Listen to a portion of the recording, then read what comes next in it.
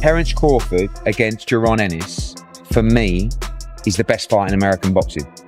But it needs to be a payday for Crawford that would get him interested, because Crawford knows how good Boots is. And I'm not saying that Crawford thinks he's going to lose to Boots, but he knows that is a real fight. But for me, Boots is the new Crawford. We've just got to go out and get the fights to show how great he is. That's the fight that everybody wants to see. Yeah. I want to do it. Do you respect him as, like, when he's like, I got a couple fights left, I'm at the end, I'm only trying to get mega fights, so... I understand it, but don't lie or kept to the net and make it seem like I had the opportunity to fight you and I didn't. I never did. You know what I'm saying? And then that one time that I did, we said they called, and we said we never heard nothing else back about it. So right. I mean, I respect it though. I mean, get your money. You know what I'm saying? Do your thing, but don't be capping on the net.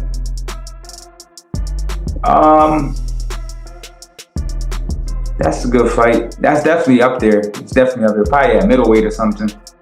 That's like a vacant belt. That's definitely up there. That's definitely a big fight. Probably Shakur and Tank too, maybe. That's like right on the scene. But yeah, that's that. You might not be lying. That might be the biggest fight. This win, everybody said Crawford elevated his status. He's the GOAT. Do you think this win puts him on Mount Rushmore or makes him a GOAT in boxing? Everybody got their own opinion, so. What's yours? My opinion is I like who I like. You know, I like Roy Jones, Floyd Mayweather, Pernell Whitaker. What do you think? I'm liking Sugar Ray Leonard. I've been watching a little bit of Sugar Ray Leonard. James Tony. So they my top guys that I've been watching. You know? Fair enough. The timing of Ennis's remarks stirred even more debate, coming right after Crawford had delivered one of the most significant wins in modern boxing. Earlier this month, Crawford jumped up in weight and defeated Mexican superstar Canelo Alvarez by unanimous decision to claim the undisputed super middleweight crown. That victory etched his name in history as the first male boxer ever to become undisputed in 3 different weight classes. The matchup had been one of the most highly anticipated in recent memory, with endless discussion beforehand about whether Crawford's smaller frame would be his undoing against the naturally bigger Canelo. On fight night, however, the Omaha native showed once again that skill, adaptability, and ring IQ can overcome physical disadvantages, producing another career-defining moment in his legacy. He threw a shot and we landed at the same time. I looked at him and I told him yeah, you felt that. I was just letting him know that it's gonna be a long night. Last 30 seconds of the fight, what was going through your mind then? Close it out, just close it out. If I didn't have that mindset of finishing the fight and making sure that I close it out, then it would have been a draw. Being that I wasn't the champion, I was the challenger. I wanted to make sure that the judges see that I was in control from the beginning to the end. I just knew it was gonna be my day. I came out smiling. I don't never come out smiling. I'm always focused. I was ready for whatever he brought. I was just in the moment. For Ennis, though, admiration doesn't automatically mean placing someone among the sport's all-time elite. The Philadelphia native, already a unified champion at welterweight, is more focused on building his own legacy. He's preparing to step up to super welterweight next month, where he'll face Portugal's Wiz Lima at the Wells Fargo Center in front of his hometown fans. Interestingly, one of the legends Ennis mentioned as a personal favorite, Roy Jones Jr., had no hesitation when asked about Crawford's place in today's boxing landscape. Jones, a Hall of Famer and one of the most gifted fighters of his era, was asked to name the best pound-for-pound boxer in the world. Even with recent standout performances from Alexander Usyk and Naoya Inoue, Jones picked Crawford as his number 1. Right now, I've got to go with Crawford because of how far he's climbed, Jones explained. He moved from lightweight all the way to middleweight and dominated at every step. Fighters in the lower divisions usually show more refined skills, and Crawford proved his against bigger men. Usyk's incredible, so it's close, like 1A and 1B, but I give Crawford the edge. That discussion naturally led fans to another question. Has Crawford already surpassed Floyd Mayweather? It's the kind of debate that always stirs strong opinions among boxing fans. When Crawford was asked directly whether he now ranks himself above Floyd, his response was measured and respectful. He made it clear he doesn't want to compare himself to Mayweather, calling Floyd one of the greatest of all time and the defining fighter of his era. Crawford sees himself as carrying that mantle for the current generation. He also acknowledged that much of his success was built on the foundation Mayweather laid, from the discipline to the business model that allowed fighters like Crawford to take control of their careers Everyone is going to start making comparisons with your legacy to Floyd Mayweather. How do you feel you compare with Floyd with the resume you have now? Listen, Floyd was the greatest in his era. I'm the greatest in my era. It ain't no need to compare me to Floyd or Floyd to me. As Crawford continues to be the center of boxing conversations, his longtime trainer Brian "Bo" McIntyre recently offered a glimpse into what the future might hold. McIntyre, who has guided Crawford's career since his professional debut back in 2008, revealed that the 38-year-old superstar may only have a few more bouts left before calling it a career. According to McIntyre, Crawford's recent dismantling of Canelo Alvarez looked so smooth that it's easy to forget how much strategy and preparation went into it. He hinted that the team is already mapping out the next steps, and one intriguing option on the table is a return to middleweight. A potential target? Janibek Alimkhanuly, the unified WBO and IBF champion. The hard-punching Kazakh fighter has already expressed interest in facing Crawford, viewing it as a chance for the American to chase a historic 6th world title across different divisions. Such a move would further cement Crawford's place among the sport's greats. As his trainer, do you feel like he should just sell off into the sunset after this monumental Well, win? you know what? They made it look so easy. Shit, you know what I'm saying? Shit, got 2-3 more in him and shit. You know what I'm saying? Train camp will try harder. You know what I'm saying? You think a move to 160 would make sense? I mean, if you want to do it, you know, it'd be a challenge. If you want to challenge yourself, yeah, I don't mind. They make up 5 weight divisions. There's not many people there. That'd be great. Oscar and Manny. Yeah, that'd be great. If not, do you think he stays at 160? Would you want to see him stay at 160? Jessica. I don't know. We'll see. In terms of just overall, I know a lot has been said about Terence now being amongst the greatest fighters in history. Where do you rank him? Should we rank him like that? Is it difficult because eras? I'll say when you say name the best fighters ever in the history of boxing, you're gonna have to say Ray Robinson. You're gonna have to say Jack Dempsey. Then you gotta say Terence Crawford. He's up there. He's definitely up there. The conversation around Crawford's future opponents is heating up, and one of the most interesting names to enter the mix is Sebastian Fundora, the towering WBC light middleweight champion, standing an imposing 6 feet 5.5 inches tall, recently threw his name into the had Fundora admitted he was pulling for Canelo during the Crawford fight, mainly because the size difference seemed like a major factor, but he was quick to credit Crawford's sharp ring IQ for overcoming those odds. Known for his unusual height and long reach at 154 pounds, Fundora said he'd have no problem welcoming Crawford back down to light middleweight if that's the direction he chooses to go. At the same time, Fundora also acknowledged that Crawford might have his sights set on moving up to 160 pounds instead, which would open the door for a completely new set of challenges. From what I saw, I think he's going back to 160, but yeah, we welcome him. Why not? Gabby, for you on the weekend, I know you're a big supporter of boxing and whatnot, and I think I've actually seen Crawford speak about you sometimes in interviews. What did you think of the fight, and were you rooting for Canelo, or did you think that Crawford could do it?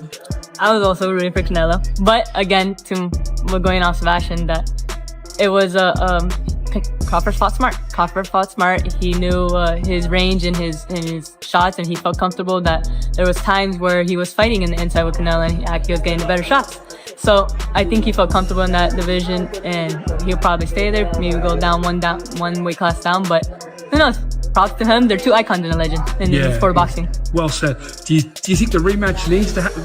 What's the next fight for Crawford for both of you? What do you think that is it a rematch or? It probably won't be a rematch. I don't think so. There's no need. There's no reason to. It didn't look like he Canelo wanted that rematch, honestly, but Crawford could do whatever he wants right now. He can go up if he wants to. He can go down. I hear there's talks of him and Benavidez. So there's all kinds of names that are coming. Yeah, are coming out for Crawford. Crawford is the #1 in the sport right now. So everything. He has everything right now. All the best. Even though most of the spotlight is fixed on Crawford, the aftermath of their showdown has been just as significant for Canelo Alvarez.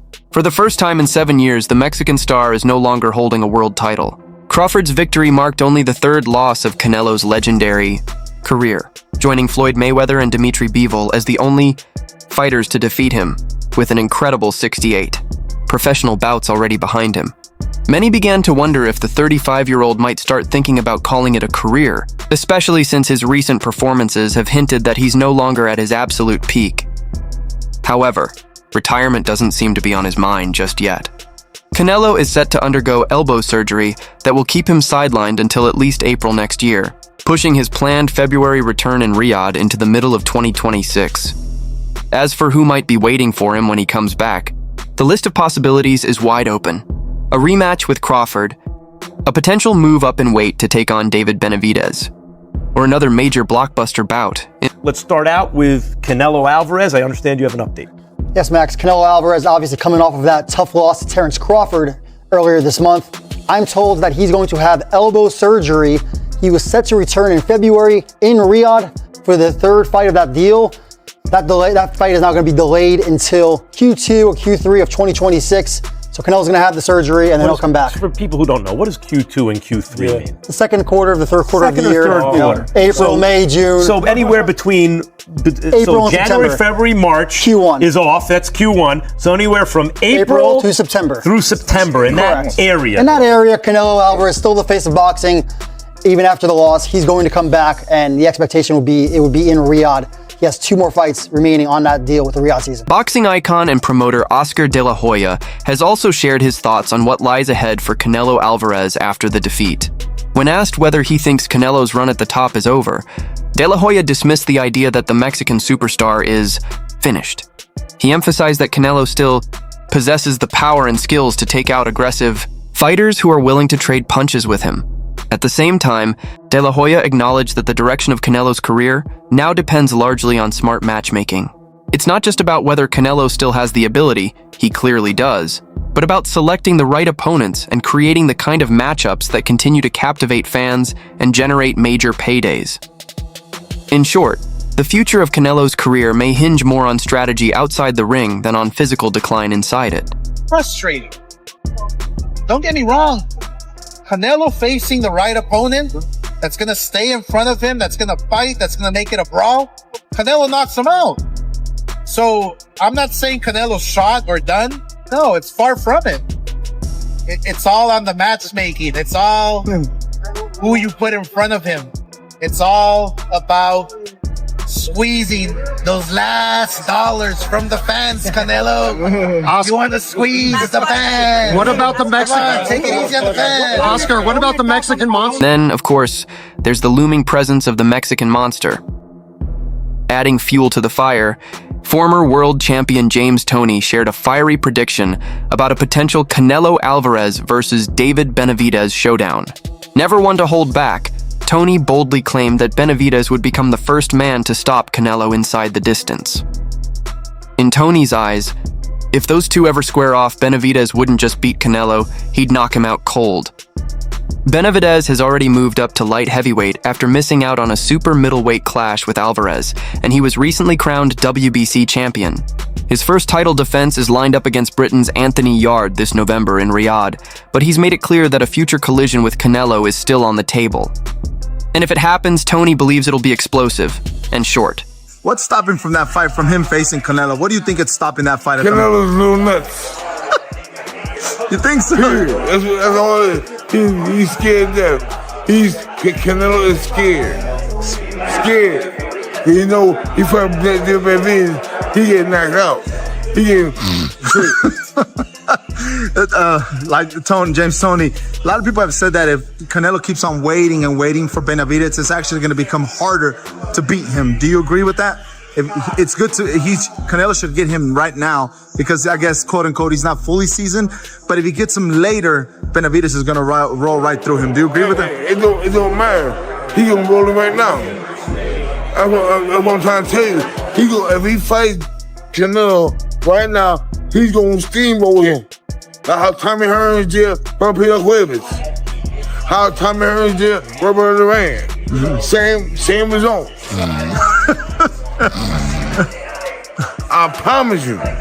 So that's why that boy Canelo scared. Him and all his people can do their mariachi band and stay over in Mexico.